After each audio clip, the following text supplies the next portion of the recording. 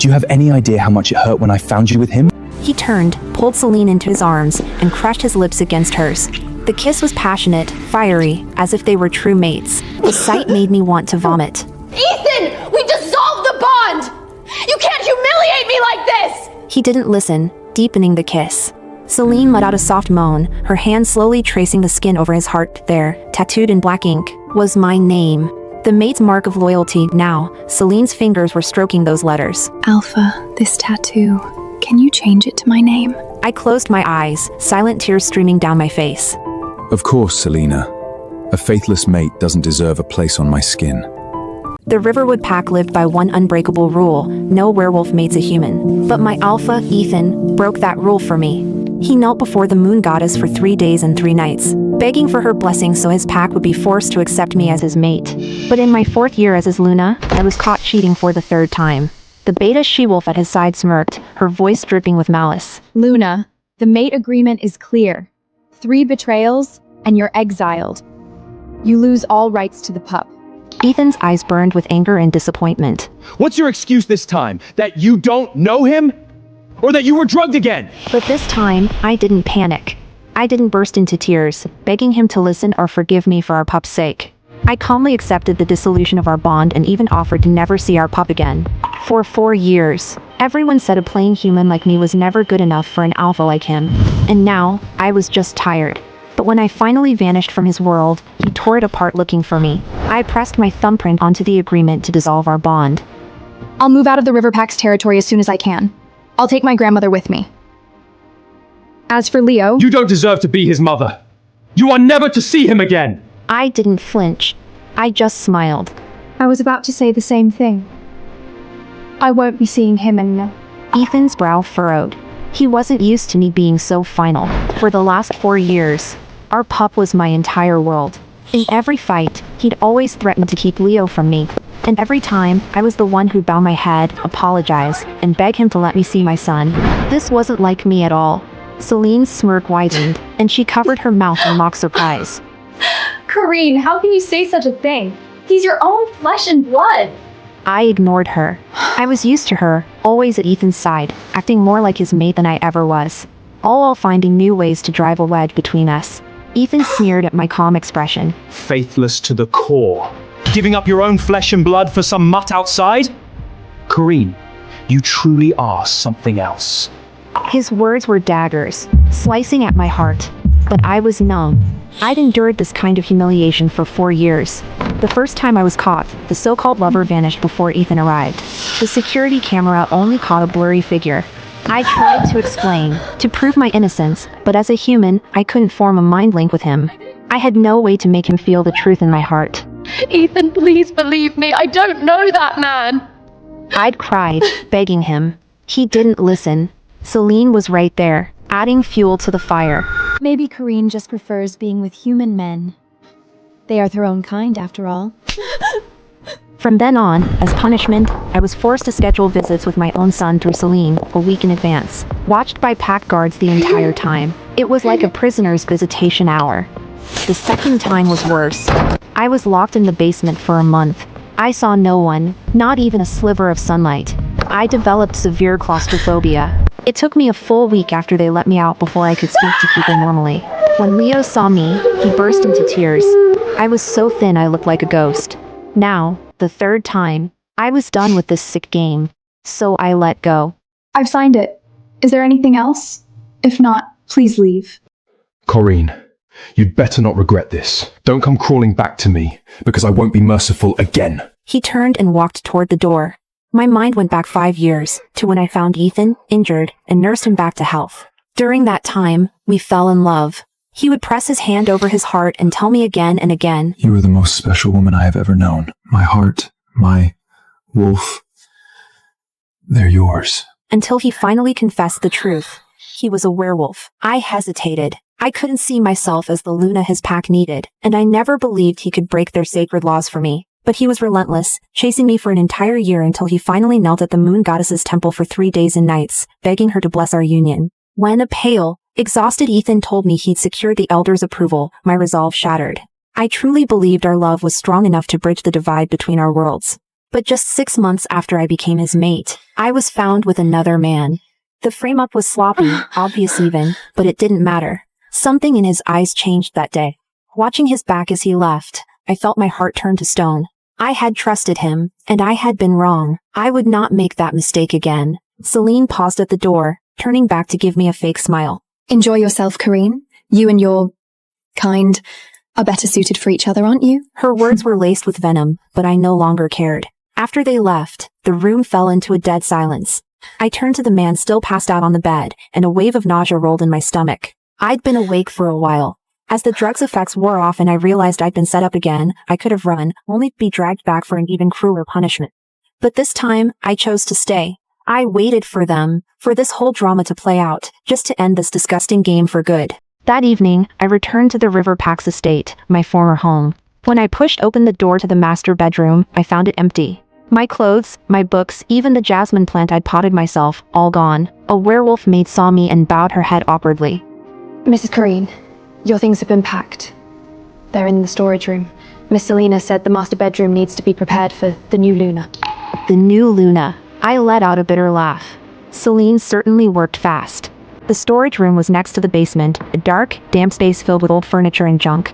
My suitcases were tossed in a corner, one of them broken open, my clothes spilling onto the dusty floor. I knelt and started digging through the mess. I didn't care about the expensive clothes or jewelry. Those were gifts from Ethan, or rather, gifts for the Luna he wanted me to be. I was looking for only one thing, the emerald necklace my grandmother had given me. It was the only treasure that was truly mine. Finally, in a broken jewelry box, I found it. Hey! A small voice came from behind me. I turned to see 4-year-old Leo standing in the doorway, looking down at me. At some point, he'd stopped calling me Mom. Now, it was just hey. Auntie Selena said you're not part of our family anymore. You're an outsider. You can't take anything from the pack. My heart clenched. Leo, these are my things, not the pack's. No! Auntie Selena says all lowly humans are thieves. You can't take anything! He lunged for the necklace in my hand, his small fingers yanking hard on the chain. Leo, let go! This was from your great-grandmother! I tried to protect it, but even a 4-year-old pup had unnatural strength. In the struggle, the necklace snapped and fell to the floor. The crack of the emerald shattering was deafening in a small, silent room. I stared at the broken pieces on the ground, my heart turning to ash. The stone that held all of my grandmother's love was shattered. It's your fault for not letting go! Leo, do you have any idea what you just broke? That was from my great-grandmother. Do you even know she's in a nursing home because of you? I don't have a great-grandmother. I just know about some burden who's draining our pack's medical resources. Auntie Selena said she should have died a long time ago. Then Dad wouldn't have to waste so much money on her. Auntie Selena said that, for a lowly human, she doesn't deserve to be in our pack. Say that again. Lowly? Doesn't deserve? My expression terrified him. He bit his lip, then found his courage. A lowly old woman? I couldn't take it. I shoved him. I couldn't stand hearing those vile words from his mouth. Caught off guard, he fell backward and let out a pained cry. Dad! Mommy hit me! Leo wailed from the floor. Leo, what's wrong? Dad, she hit me! Make her leave!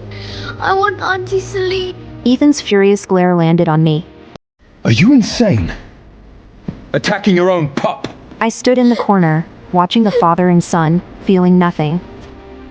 I didn't hit him. I was fulfilling my final duty as his mother. Teaching him some manners. Teaching him what he should and shouldn't say. Manners? You call shoving a 4-year-old pup manners? Leo sobbed in his father's arms but still managed to repeat his earlier words. Dad! Auntie Celine was right! That old woman is just wasting your money! She should have died a long time ago. Hearing it again from my own son's lips was like a knife twisting in my heart. But what broke me was Ethan's reaction. He just frowned. He didn't scold Leo. Instead, he defended Celine. Celine was just stating a fact from the perspective of pack resources. Don't make a big deal out of it. Her medical bills are a significant expense. I stared at him in disbelief. After 4 years together, he thought caring for my sick grandmother was an unnecessary expense? Ethan, do you hear yourself? Enough. I brought Leo here so you two could talk. About the situation. Don't tell him yet. He's young. He needs time to adjust. He meant the bond dissolution. I almost laughed. In the last 4 years, the total time I'd spent talking to Leo was probably less than half the time he'd spent alone with Celine. And now he wanted us to talk? I bent down and gathered the shattered pieces of the emerald, not even flinching as a sharp edge sliced my finger.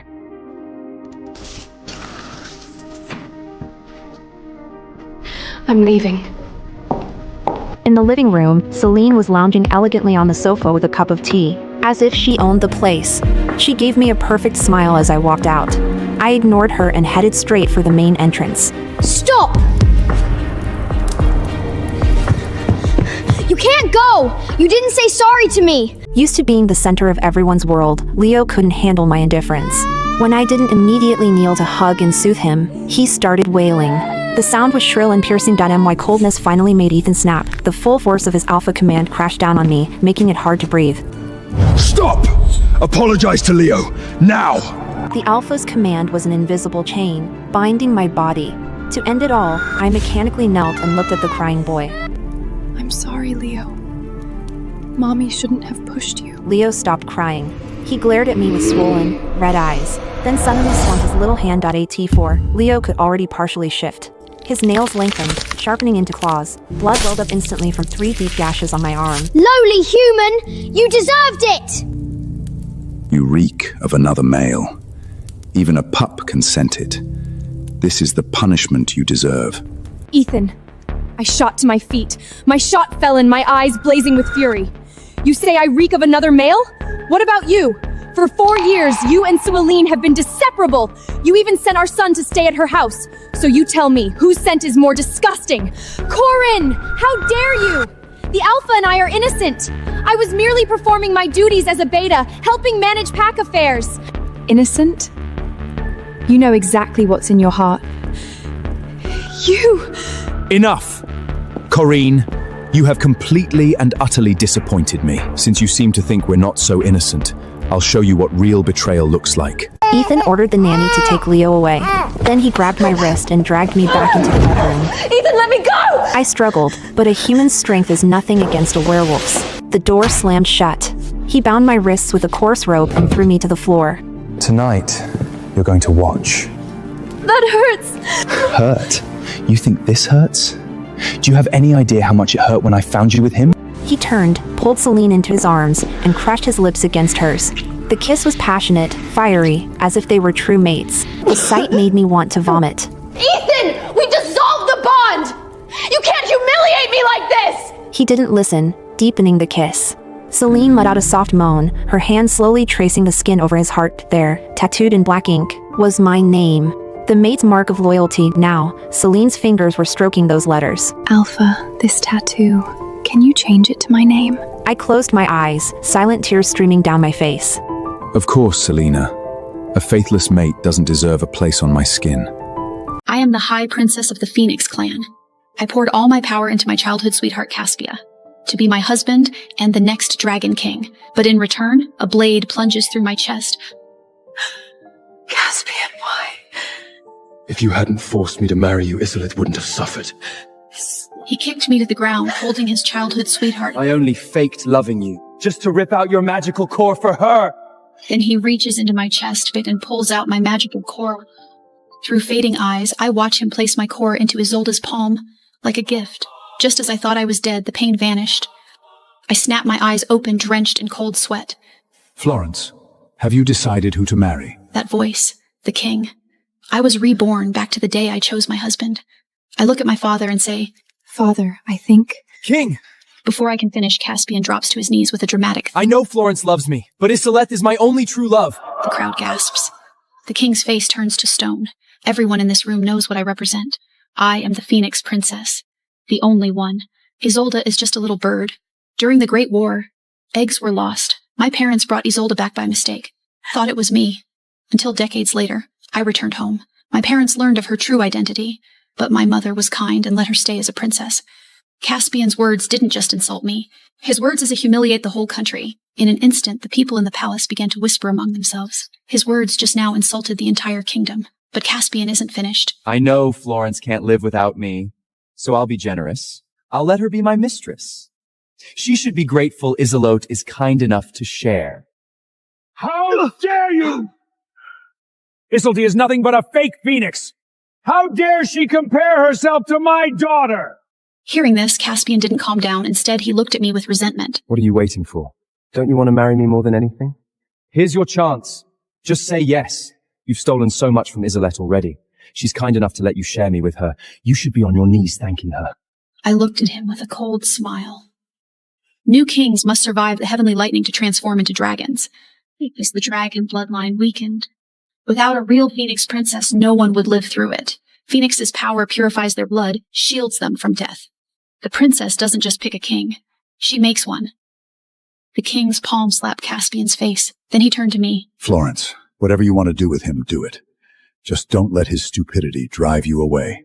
Caspian staggers from the slap. Even in this situation, that arrogant face creeps back. He looks at me like he already knows what I'll say. Like I'm a dog that will always come back. In my past life, this is where swallowed my pride, smiled through the pain and chose him. I gave him everything. My magic, my core, my life. Not this time. I lift my chin and look past him, as if he's not even there. I look at the king. Father, I have already decided. Now everyone looks at me, including Caspian. I step toward the king and take his hand. Slowly, I write a name in his hand. Then I lean close and use magic to whisper my plan directly into his mind. The king's eyes flicker. Then he nods. Since you are so sure, I will arrange the wedding. He turns to Caspian. Do not go out before the wedding! This is my last chance for you. Reflect on what you've done. As ordered, Your Majesty. A smug smile crawls across Caspian's face. His eyes say everything. I knew she'd agree. She always does. He thinks the wedding is for him. I don't correct him. I let my gaze drift to the far corner of the hall. A young man stands there, half hidden in shadow, sharp, quiet eyes, a pair of small black naga horns on his head. And he's looking at me. And the moment our eyes meet, he looks away. Then the king sends everyone away except him. They speak privately for a few minutes. When I leave the palace, Caspian is waiting outside, and Isolde is standing right beside him. Seeing me coming, they quickly stepped forward. Thank you for letting us be together, Isolde says softly. Her voice is sweet, practiced. My parents would be so happy if they could see this. My stomach turns. Your parents. Caspian cuts in before I can respond. Why are you thanking her? I only want you. She should be thanking you for being generous enough to share me. If you had said no, I wouldn't even keep her as a mistress. He strokes Isolde's hair when he speaks to her. His voice is warm, almost loving. In my past life, I never once heard that voice directed at me. Then he turns to me, and the warmth vanishes. Isolette's parents died because of you! She lost everything, and yet she's still kind to you! He says flatly. The least you can do is give her something in compensation. Isolde's parents? They were fake phoenixes. Lesser spirits who found me as a lost child and raised me as their own. They loved me. They fed me. They kept me warm through winters I couldn't survive alone. They died protecting me from a beast that attacked her.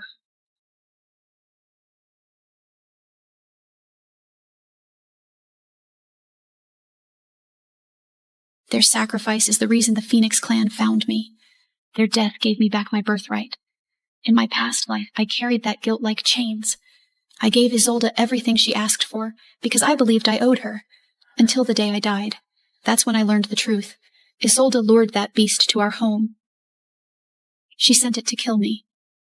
And when her own parents got in the way, she let them die. She murdered her own parents just to get rid of me.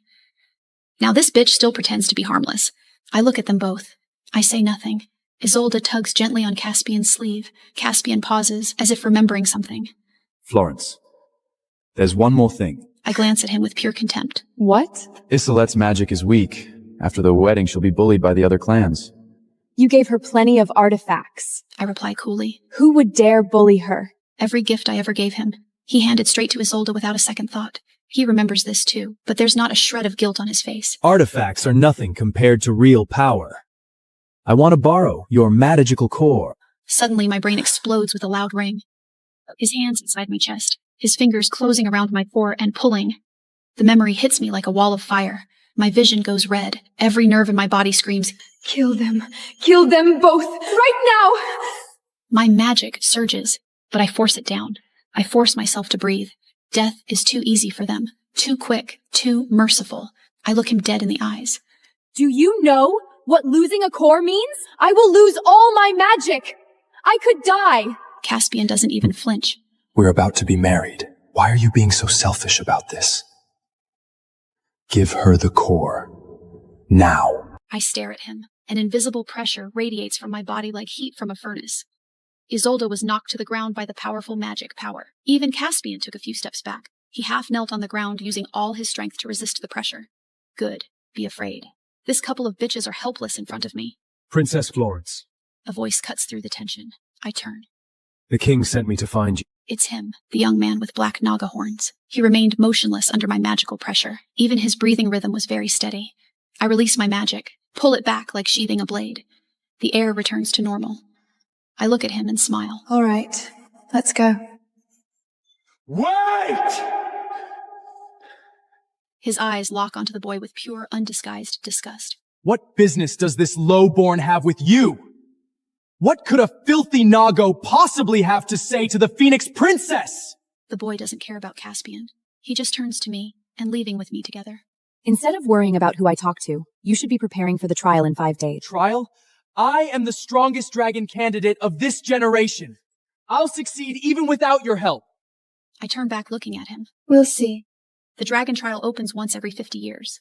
Every candidate who dreams of becoming a dragon must enter. They face the heavenly lightning that burns away their old form. If you endure it, you shed your scales and become a true dragon. One mistake, and you turn to ash. In my past life, I used my own life force magic to shield Caspian from 9 bolts at once. He became the first dragon in history to succeed on his first try. They called him a genius. A once-in-a-millennium king. They never knew it was my magic holding him together. My core cracking under the weight of his ambition. It took me 2 years to recover. The damage left a permanent scar on my cultivation, and he never even said thank you. Mentioning the trial shifts his focus immediately. His pride won't let him ignore it. Just wait. In 5 days, you will come beg me to marry you. I stay silent. Leaving out of the corner of my eye, I catch a flash of jealousy in Isolde's expression. She hides it quickly, but I saw it. They walk away together like the perfect couple. I turn to the boy standing quietly beside me. Arthur. He straightens instantly. The king told you everything about the trial, so I need one honest answer. Are you here for power, or is there another reason? He doesn't answer right away. Then he drops to his knees, both hands flat on the ground, forehead pressed to the earth. I, Arthur, swear an oath to the heavens. If I ever betray you, in this life or any other, let me die the cruelest death imaginable. The sky answers. Thunder rolls, shaking the air in my chest. A single bolt of lightning splits the clouds open, then silence. He used his magical core to seal it. This isn't words. This is his life, signed over to a promise. He stays, kneeling, waiting. I reach to the sun. A strong wave of magic shows. A phoenix royal pendant rests in my palm. I look at him. I haven't decided yet whether to give it to him. Something stirs in my chest. In my past life, I watched 100 men make promises to me. Sweet words, grand gestures. Not one of them made it. But this boy, this quiet, overlooked, low-born Naga, just bet his life on a single sentence. I released my hand, kneel down and tie it to his waist myself. I believe you. His eyes widen. His lips part, but no sound comes out. His hands are trembling. I pretend not to notice. I return to my palace as the sun begins to set. The moment I step through the gate, my little bird spirit comes running toward me. Princess, come quickly! They're chopping your tree! My blood goes cold. I look up and rush to the main courtyard, my sycamore. The tree I spent 10 years growing, 10 years of watering it, talking to it on lonely nights, watching it grow from a trembling sprout into something magnificent. It's been chopped down to the roots. The trunk lies on its side like a fallen body. Caspian stands beside the stump, arms crossed, without a trace of remorse. My mother gave me that tree the day I left the Phoenix realm. I was scared. I didn't want to leave home. I didn't want to live among dragons. She pressed a tiny seed into my palm and said, "The sycamore is the home of the phoenix. Wherever you are in this world, wherever they send you, as long as this tree stands, you are home." Now it's gone, destroyed in a single afternoon by a man who never loved me. How dare you cut down my Sipifor! My voice shakes with a fury so deep. Caspian doesn't even look at the stump. It's just a tree. I cut it down So what? He gestures lazily to the empty space. Isolette likes phoenix flowers. He looks at me with those cold, commanding eyes. From now on, you will only grow phoenix flowers here. On my 20th birthday, my parents placed photos of alpha heirs from other packs in front of me, asking me to choose a mate for a political marriage. I told my father, I wanted to draw lots. In my previous life, I did not hesitate to choose Liam, the one I had loved for years. On the night of our mating, his true love Lily ran to a bar to drown her sorrows, only to be humiliated by rogues. She attempted suicide 3 times, and Liam believed I was the source of it all. He used every means to humiliate me, even posting my private photos online, making me the laughingstock of the entire wolf pack. He gave all my family's wealth to Lily, driving the Silver Moon pack into ruin. In the end, he even let her cut the brake line, killing my whole family in a car crash. When I opened my eyes again, I was back to the day I chose my mate. Father, I want the moon goddess to decide for me. I closed my eyes and picked a photo at random.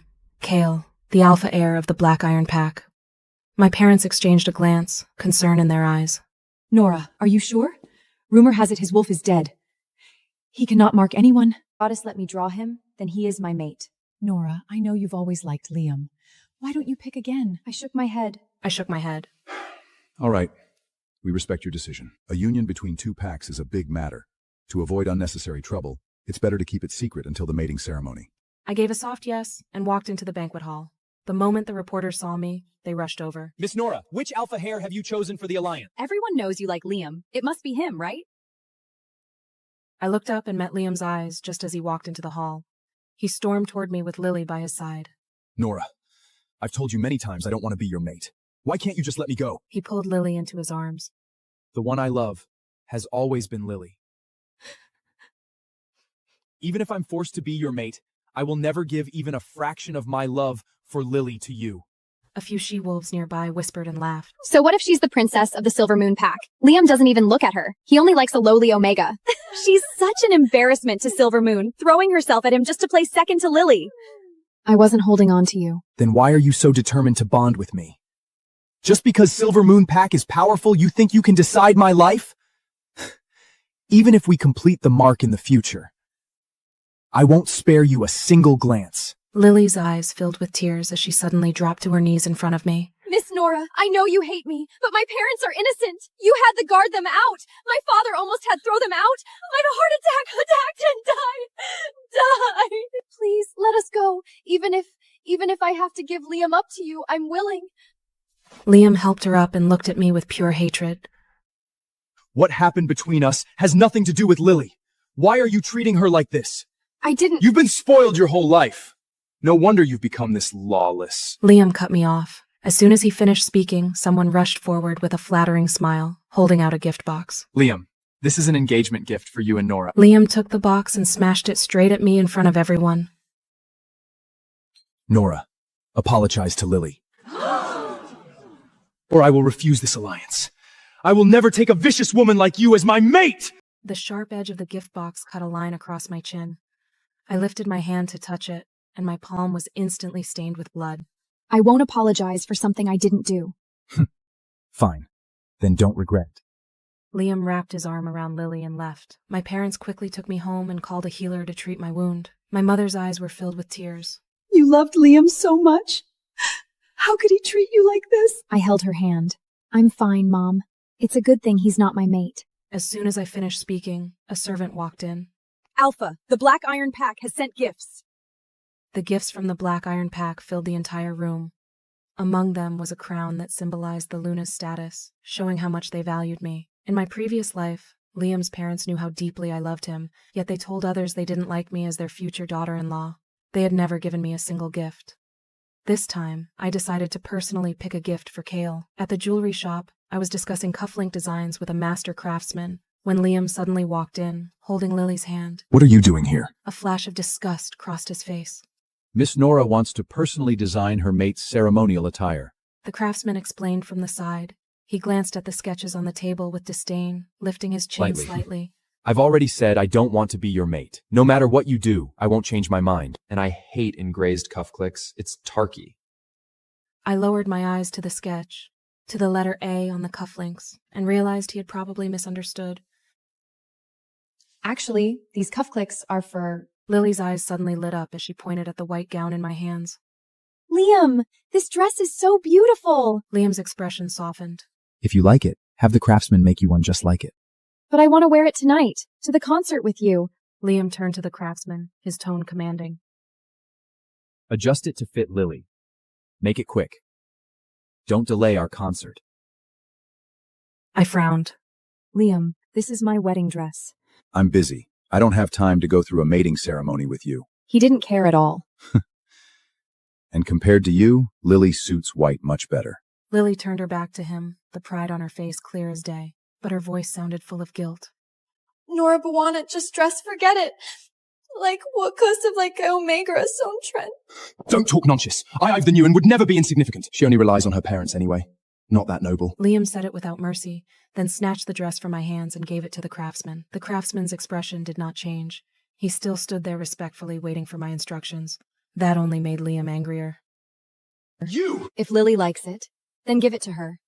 Since you're being sensible, I can have dinner with you once a month. I suddenly laughed. Liam, what makes you so sure I have chosen you? When Liam curled his lips in disdain. You've been chasing after me since we were kids, saying you liked me. Every birthday wish you made was to become my mate at 20. Now that you're finally 20, you think you can give that up and mate with someone else? Lily leaned into his arms. Not necessarily. With Silver Moon's status, every alpha heir is fighting to bond with her. Even so, she would only choose me. After saying that, the two of them turned and walked away. Before stepping out, Liam didn't forget to add, Send the dress to Blackwood when it's done. And those tacky cufflings, make them square, no engraving. The craftsman watched his back and let out a helpless sigh. Miss Nora, what would you like me to do? I sat down and continued sketching. If she wants it, give it to her.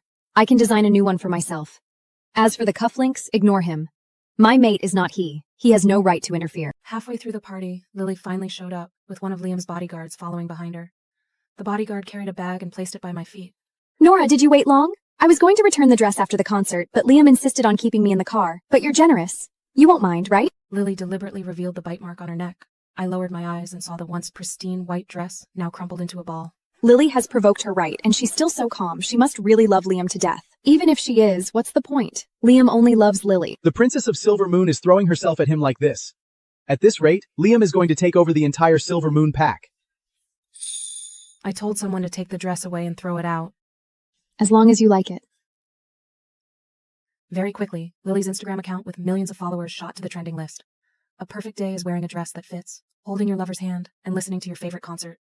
Soon, people dug up my old confession post to Liam and compared it with Lily's post. It was full of mockery towards me. I deactivated my account and sent a message to the PAC's lawyer. In less than 10 minutes, all the trending topics were wiped clean.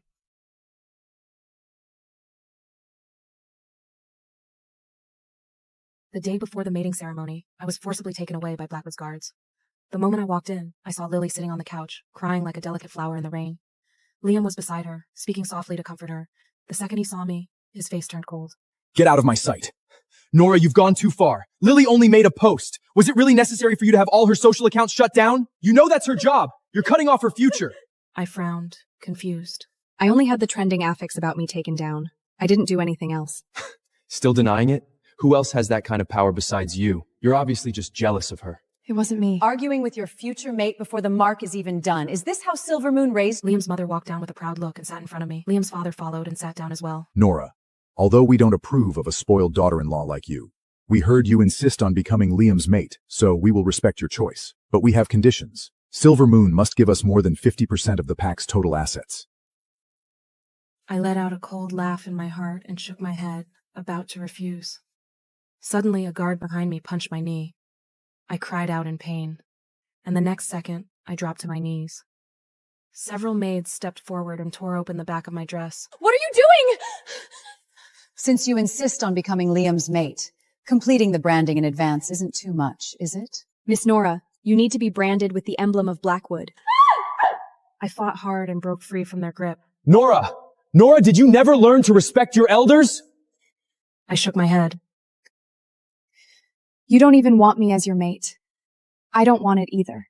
I pressed my hands against the floor and tried to stand, but the maids grabbed my arms from both sides. What are you trying to do? I am the Princess of Silver Moon. How dare you treat me like this? Liam's mother stepped forward and slapped me across the face. The mating ceremony is tomorrow, and you still dare to act like this! Liam, look at your mate!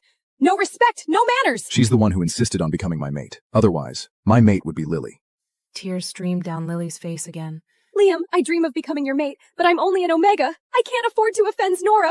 Liam walked over and looked down at me coldly. Nora, didn't you use every trick just to become my mate? Fine. I want you to promise that from now on you will never interfere in any of my decisions. You are also not allowed to return to Silver Moon. You will stay in Blackwood and serve my parents, and take care of me and Lily. A servant brought over a prenuptial agreement.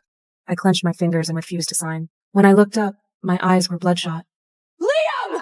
You are not even my mate! Today I'll teach you a lesson of your parents. Otherwise you'll bring shame to Blackwood in the future! That day, I didn't even know how many times I was slapped, or how many times they forced my hand onto signatures.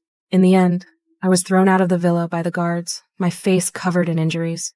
Before they let me go, they gave me one last order. You had to wear a black dress tomorrow. Because Liam's mother and Lily would both be wearing white. I only found it ridiculous.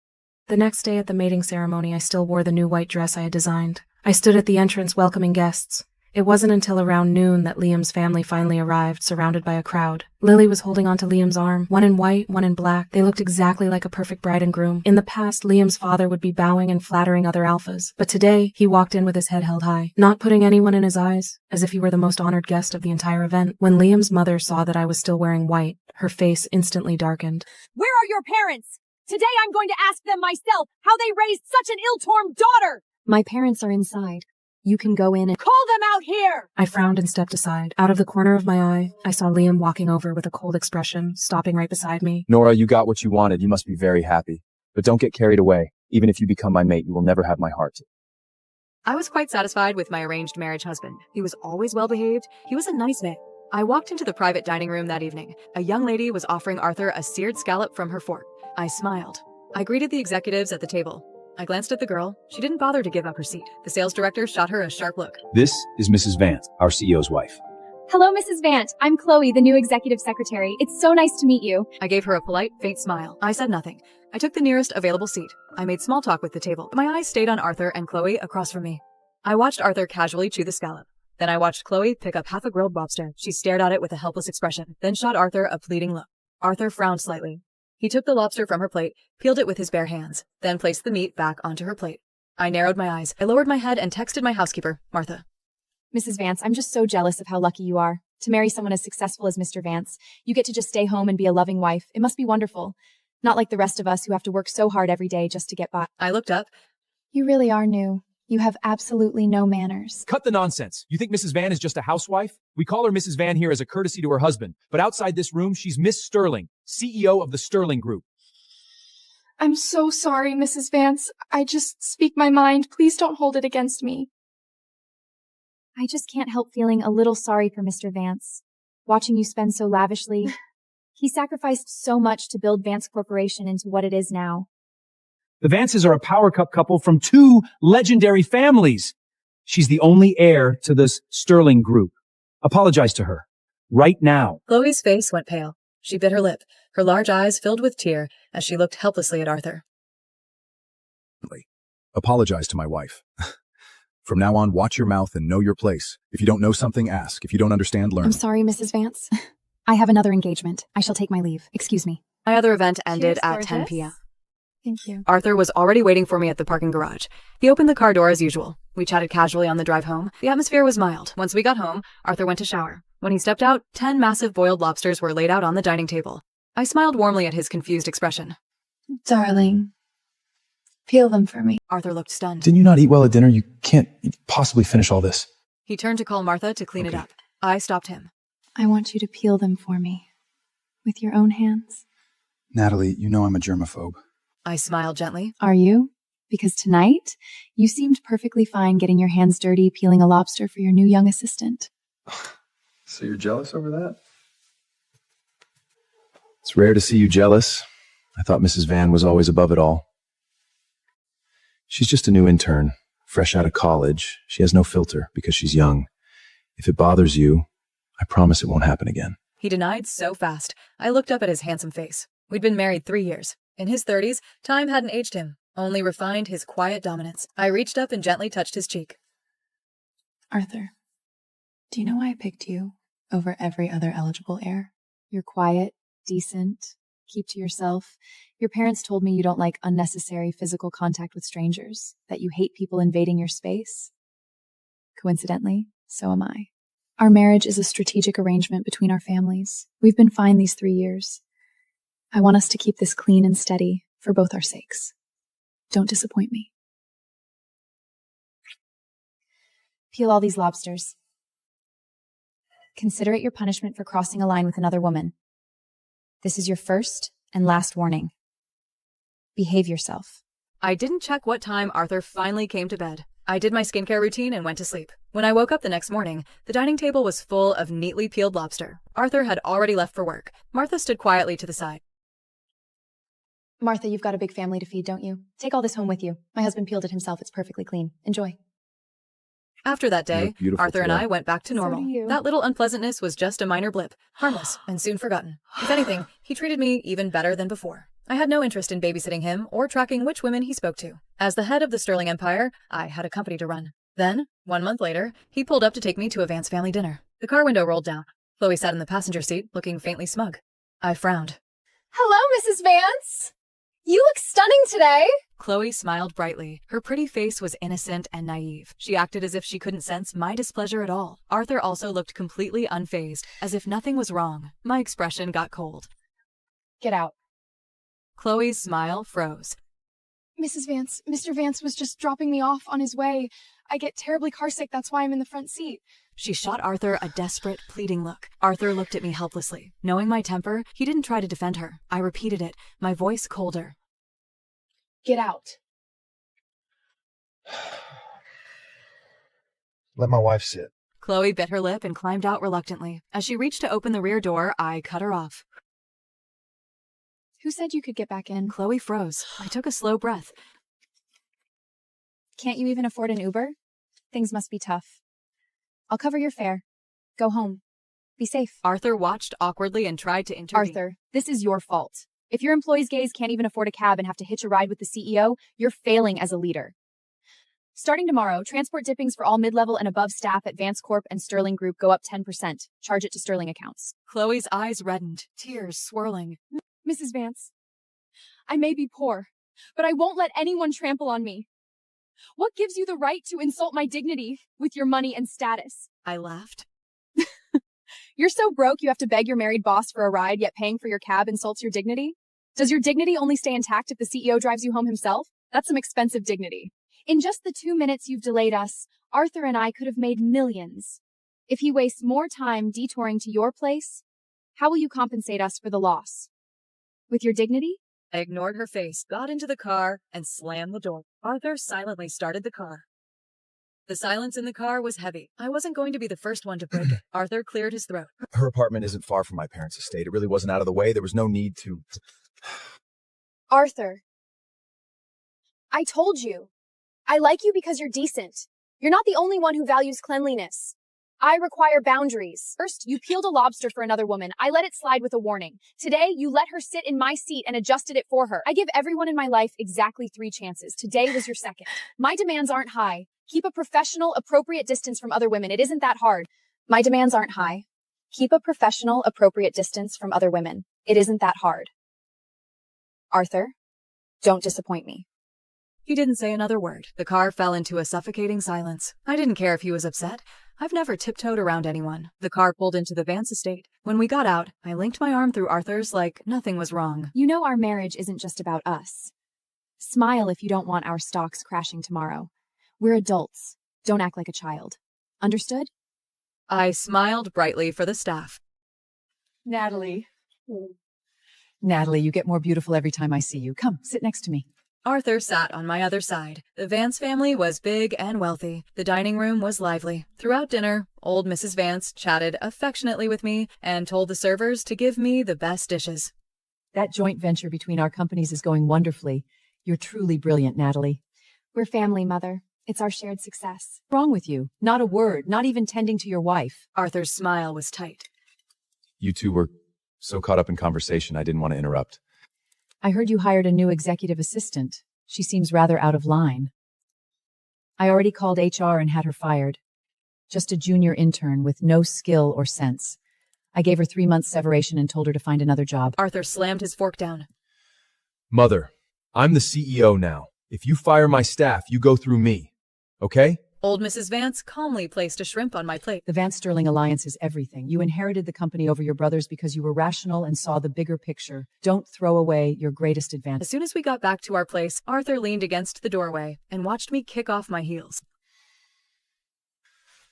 Natalie, we need to talk. Happy birthday, my boy. Go on, make a wish. I wish to lead the Orsani family and rule the city with you, Dad. If your mother was still here, she'd be so proud. For Orsini, hold the blood! Carry the name!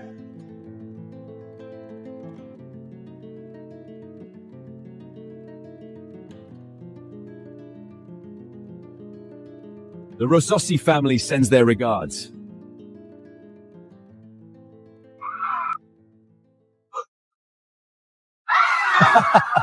The party is over.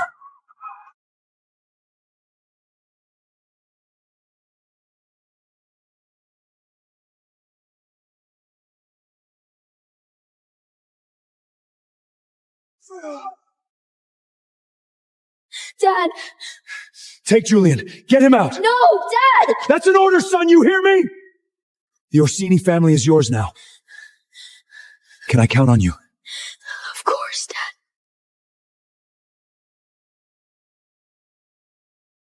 You picked the wrong day to fuck father, bastards!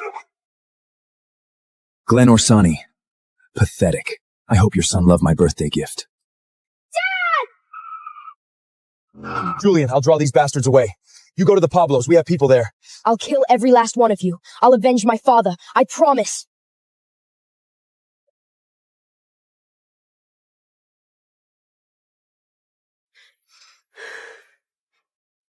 To hold the blood and carry the name.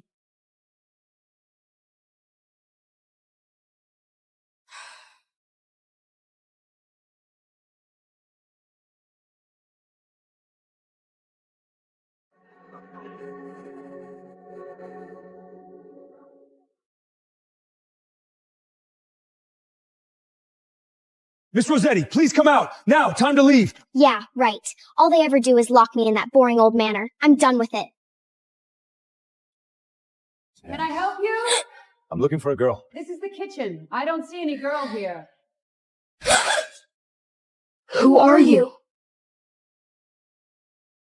Are you okay? You're bleeding. Not your problem. Excuse me? Do you even know who you're talking to?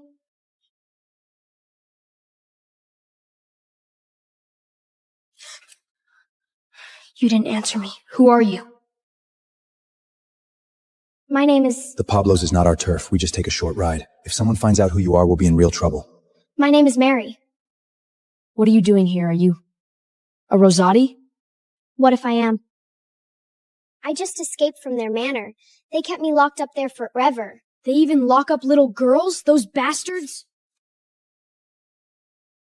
Don't follow me. It's dangerous. At least let me help you.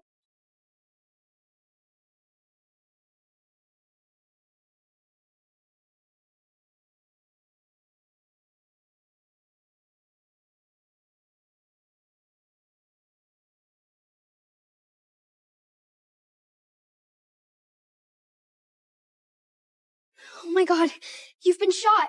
Run, they're after me, not you. No, you're hurt because of me. I'm not leaving you behind. I'm getting you out of here. I swear. Come on, give me your hand. Take this. Go to the location marked on it. There's a safe house. What the hell do you even... No time explain, just go. If you stay, we'll both get caught. What about you? They'll hurt you.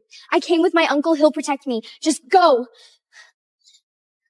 We'll meet again, right? One day, I'll get my revenge. And I'll find you, my girl. I promise.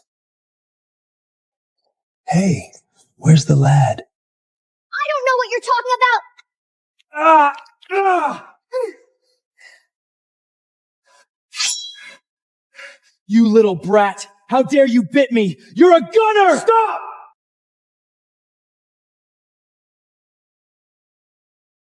Are you hurt, Miss Rossetti? You idiots. Do you even know who she is? Miss Rossetti, God, I'm so sorry. I didn't realize it was you. We were chasing that Orsini kid. He's gone now. Forget it. You've caused enough trouble tonight. I hope we'll meet again someday.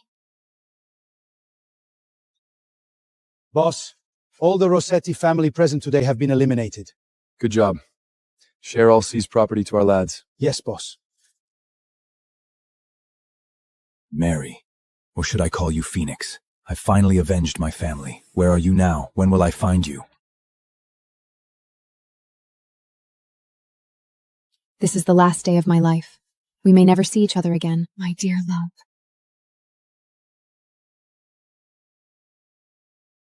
This is Maggie Rossotti, heiress to the Rossotti family. Then why is she still alive? Boss, you made the rule, no killing women or children, so... She's a Rossetti. I swore I'd wipe out every last one of them. Close your eyes. What, can't kill me while I'm looking at you? I'm trying to leave you some dignity. I don't want to see you wet yourself, but if you're gonna do it, just do it. Enough! Enough is enough, Julian. And I thought I taught you. Never go too far. This is my revenge for my family. It's never enough. You know how much I sacrificed for this day. And you've already done it, my boy. No. Not yet. Julian, let me put it this way. She's about to be your wife. You wouldn't hurt your own wife, right? What? Me? Marry her? She's the daughter of my enemy! If you're going to kill me, just do it. Don't humiliate me like this. Julian, your families have been at each other's throats for years. You've thrown the whole city into chaos. It's time to end it up. The only way this feud ends, for good, is if you marry her. It'll never end. I'll wipe every last Rossetti. How dare you speak to your godfather like that? What I said was not a suggestion. It was an order. My men just came out of a battle. This isn't the time to confront. You've got me wrong, Godfather. Of course, I'll do as you say. Go hug your wife. Show your commitment. Of course. You guys are sick. That's my boy. I think you'll enjoy your marriage. Boss, he's humiliating you. He's doing this because you're getting stronger, and he wants to keep you in check. How long are we going to let this go on? No rush. I've got plans for him. Don't think you're getting away with it. I have plenty of ways to torture you. I'll survive. Only by staying alive can I get my revenge. Phoenix, I've been looking for you all these years. I had this dress made just for you, waiting for you to come back. Where are you? We've searched the whole city, but we still can't find a girl with a white Phoenix birthmark. Keep looking! She's the only one I've ever loved! Julian, I knew you'd marry me. I've been waiting so long. Now that you have your revenge, we can finally be together. You've always been like a sister to me. How could I marry you? Besides, I'm about to marry Maggie Rossetti. Wait! That dress is for her? The only woman worthy of that dress is Phoenix. That Phoenix again. After all these years, she's still on his mind. I'm tired. I'm heading to bed. All right. Good night. Anyone who tries to take Julian from me will die, starting with you, Maggie Rossetti. I'm sorry, my dear love. To survive, I have to get married. I just wish it were you instead. Miss Rossetti, here's your wedding dress. Mr. Orsino had it made just for you. Didn't he swear he was going to torture me? Why would he give me something so extravagant? Mr. Orsino may sound heartless, but everybody knows he's such a gentleman. Julian looks like he's at a funeral, not his wedding. Shut up. The bride's a Rosoni. How's he supposed to look happy? Yeah, but have you seen how hot she is? Boss, everyone's watching. At least try to look a little less miserable. It's your wedding. Just thinking about that Rossetti woman makes me want to throw up. The bride is here!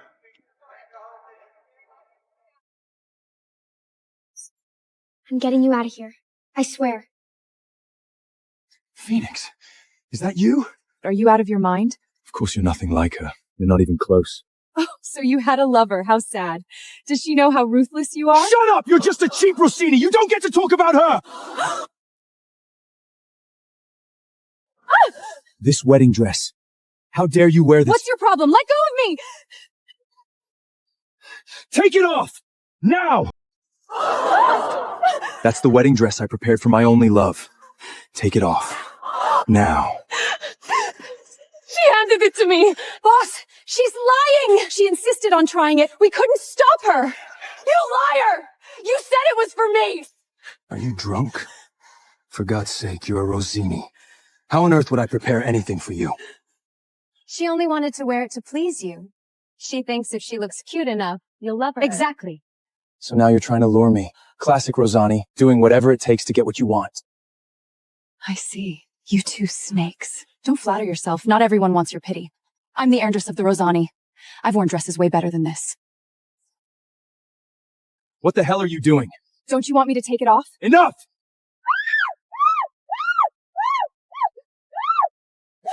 Do your thing. Today we gather before I God do. and these witnesses. Like I have a choice. I do. You may now kiss the bride. I'd have to be insane to kiss her.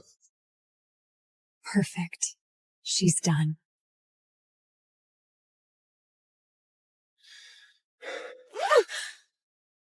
Why is it so hot in here? Must be the booze. Trying to act like a gentleman now? Shut up.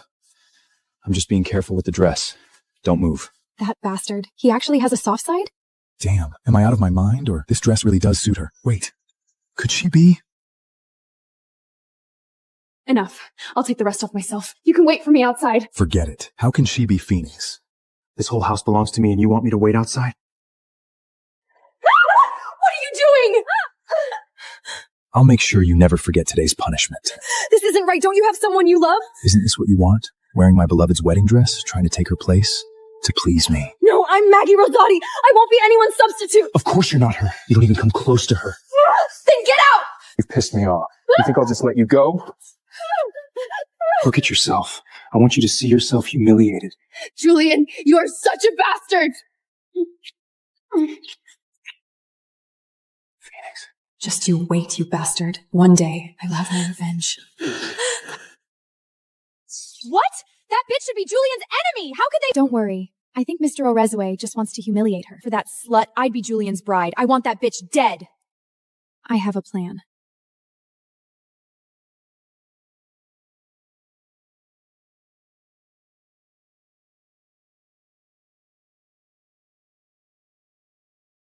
Sir, the dress has been inspected. It's good. No damage was done.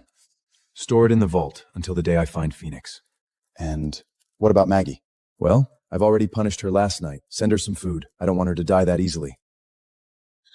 Oh God, Julian, I messed up. It's all my fault. What happened? The access card you gave me is missing. What?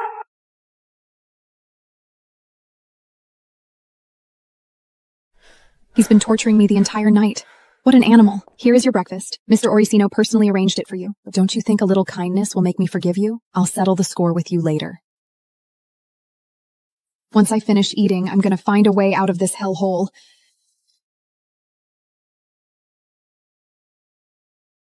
What's this?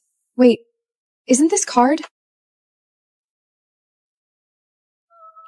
So it really was you! You're out of your mind. How dare you steal this? This card is the same one I gave that boy back then. Then let me see it. I thought you'd behave after last night. It seems that you still have a death wish. I just want one look. I only need to confirm one thing.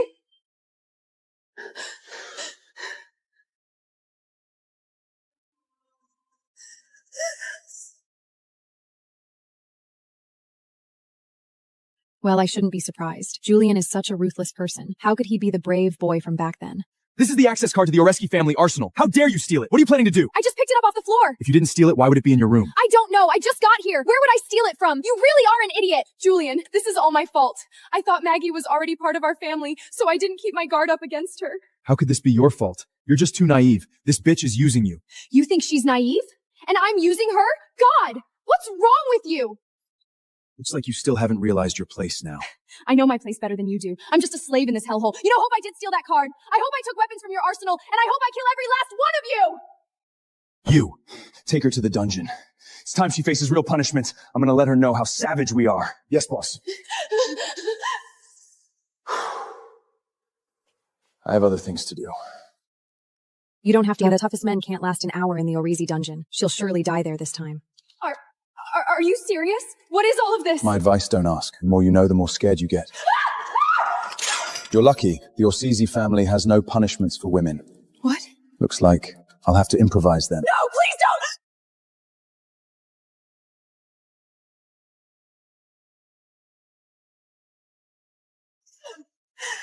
please don't! Look at you, scared like a rabbit.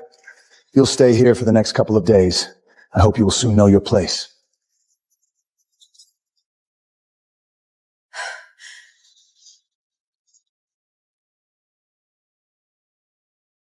Savages. Perfect to defend myself with.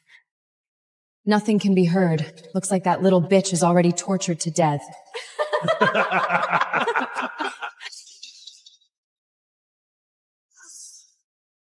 Why is she still alive?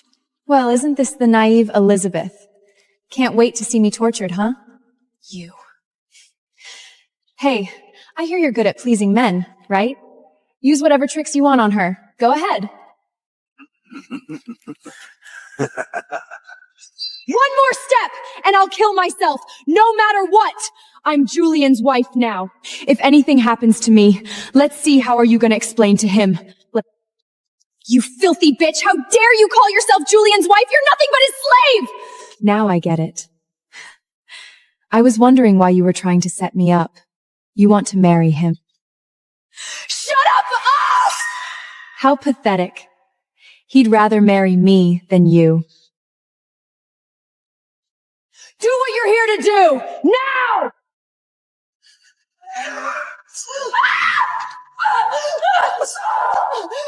No, stop! You savages! Mr. Orisi is here!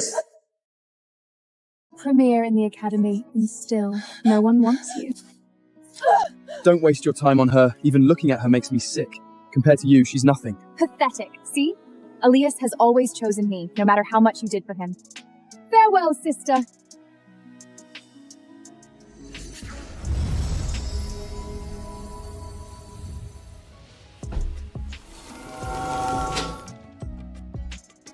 I finally got the 10,000. Elias will be so pleased.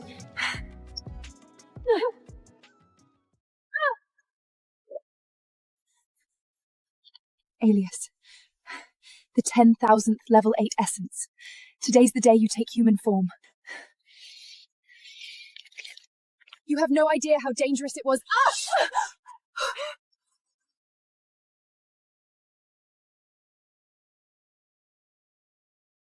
We can form the bond now, can't we? Thank you, sister. Hilda. Thanks to 10 years of your devotion, we couldn't have bonded without you.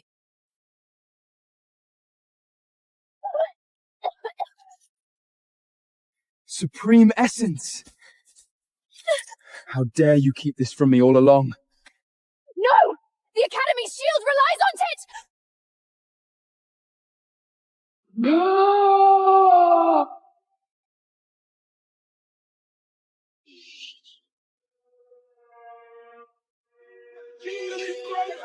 Everyone, quickly take cover! Run! Why would you do this? Why? Because you are stupid and tedious. Oh dear, sister. Premier in the academy, and still, no one wants you. Don't waste your time on her. Even looking at her makes me sick. Compared to you, she's nothing. Pathetic, see? Elias has always chosen me, no matter how much you did for him. Farewell, sister. Alias, Hilda, I curse you both. If I get another chance, I will not let this happen.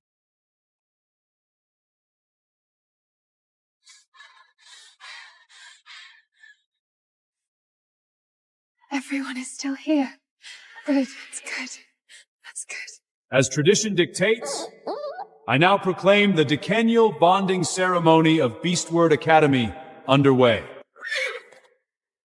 I have returned to the day it all started. Fire Dragon. He boasts a pure bloodline unseen in a decade. Elaine Tidesong, as our premier apprentice, you are the only one fit to master him. Though he is not easily tamed. The Fire Dragon just refused her? He is of noble blood, proud beyond measure, but there's no one better than Elaine. Hilda! Step away, it's dangerous!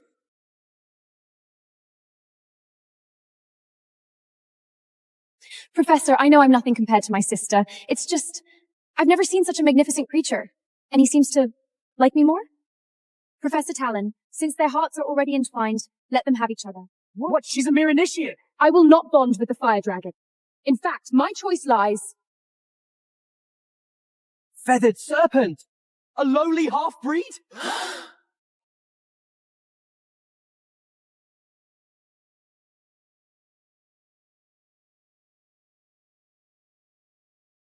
Professor Talon, since the Fire Dragon refused to serve as my mount, I shall take this little serpent.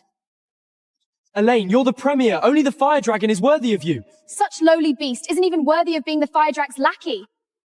Professor, my decision stands. Then it's done. The fire dragon goes to Hilda. In 3 months, the Beastware trials will judge your progress with the utmost rigor.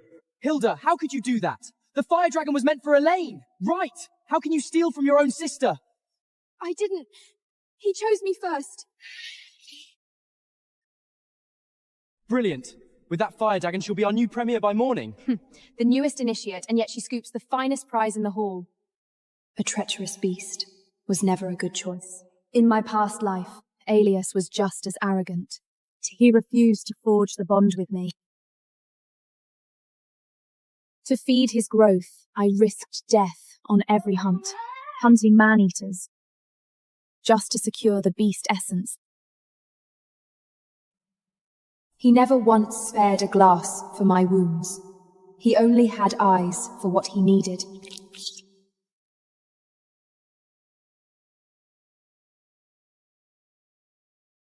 When I was away, Hilda would come to him. I knew. I told myself she was just trying to help. But I never expected them to be this cruel.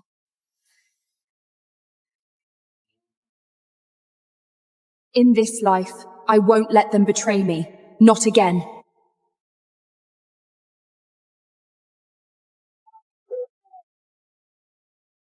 No!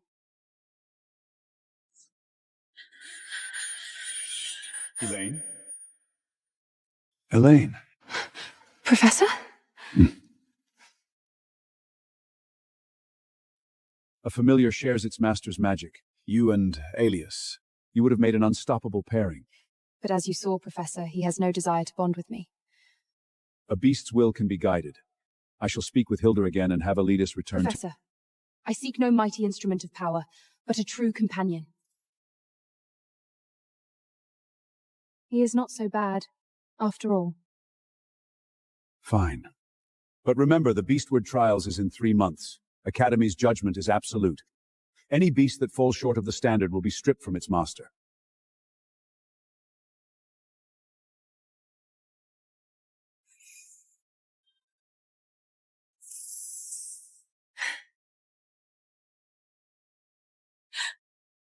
Oh, Elaine, if you truly wanted Elias, why didn't you just ask? What? No. Weren't you begging him? Hoping the professor hand Elias back to you? Ridiculous. My dearest sister, I'd love to return him, but... He refuses to leave with you. Drop the act, Hilda. I have no interest in your precious mount. Save that energy for the trials. Speaking of the trials, I have to apologize in advance. When Alias makes me the new premier, where will that leave you?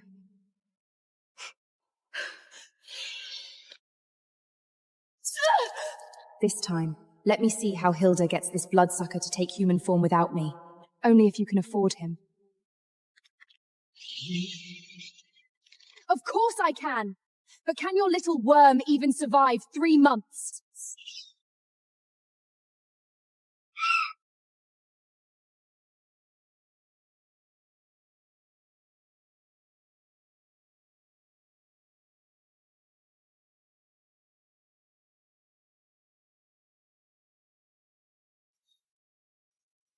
So you would defend your master, Alalius?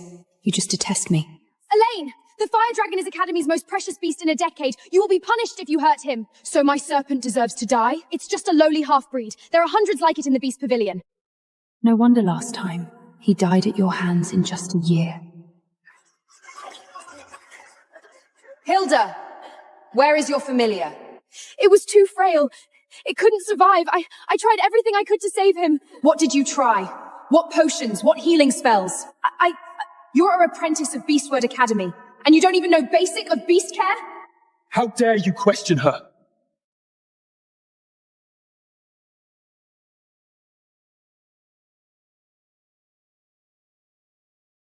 Alasius, you never answer my summons, yet here you are for Hilda.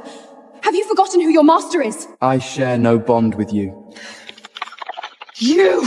It's my fault. It's her I refuse to acknowledge. Halt! As the Premier, I speak for the Dean himself. I order you to stay, Hilda. As you wish, Elaine. For your incompetence and the death of your familiar, I sentence you to the Outer Valley to clear out the trolls. No! I can't do that, please! Please! Do not panic, Hilda. I will come with you. My flames will be your shield. I gathered essence all on my own. 1,000 times, all for you, and you never came. Not once. As long as he chooses me and stands by my side, I will treat him right in return. A fallen premier and a mutt from the gutter. Perfect match. I hope you can last 5 minutes in the trials. Keep yourself and your mount in check, Hilda. Next time, it won't be just a splash of water.